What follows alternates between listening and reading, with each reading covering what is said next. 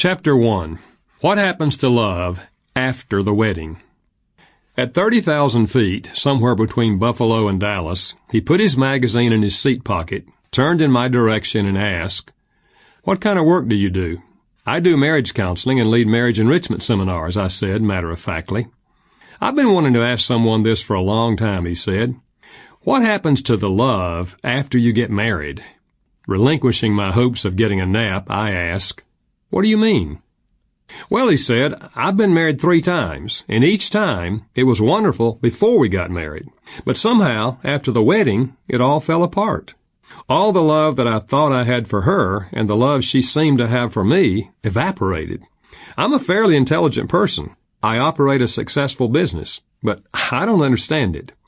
"How long were you married?" I asked. "The first one lasted about 10 years. The second time, we were married 3 years, and the last one, almost 6 years. "Did your love evaporate immediately after the wedding, or was it a gradual loss?" I inquired. "Well, the second one went wrong from the very beginning. I don't know what happened. I really thought we loved each other, but the honeymoon was a disaster, and we never recovered. We only dated 6 months. It was a whirlwind romance. It was really exciting, but after the marriage, it was a battle from the beginning. In my first marriage, we had 3 or 4 good years before the baby came. After the baby was born, I felt like she gave her attention to the baby, and I no longer mattered. It was as if her one goal in life was to have a baby, and after the baby, she no longer needed me." "Did you tell her that?" I asked. "Yes, I told her. She said I was crazy. She said I did not understand the stress of being a 24-hour nurse. She said I should be more understanding and help her more. I really tried, but it didn't seem to make any difference. After that, we just grew further apart. After a while, there was no love left, just deadness. Both of us agreed that the marriage was over.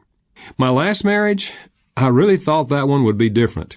I had been divorced for 3 years. We dated each other for 2 years.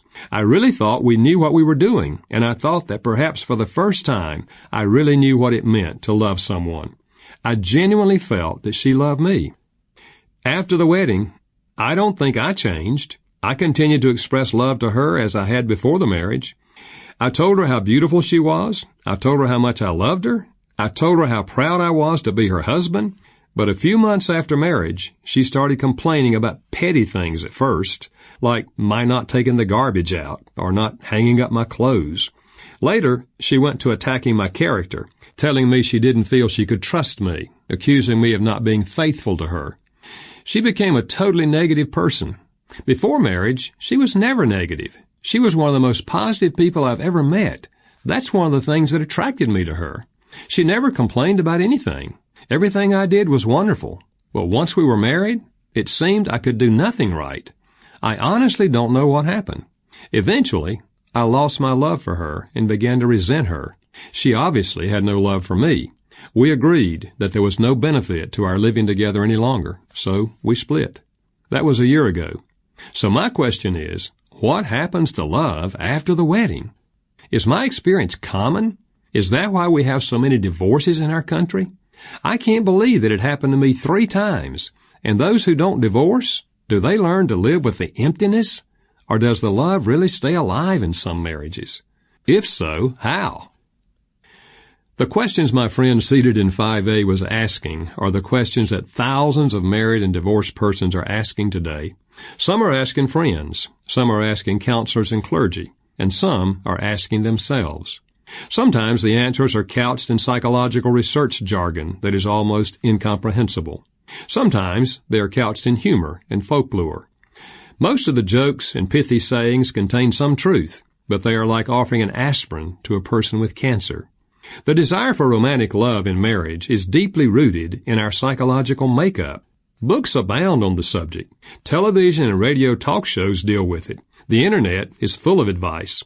So are our parents and friends. Keeping love alive in our marriages is serious business. With all the help available from media experts, why is it that so few couples seem to have found the secret to keeping love alive after the wedding? Why is it that a couple can attend a communication workshop, hear wonderful ideas on how to enhance communication, return home, and find themselves totally unable to implement the communication patterns demonstrated?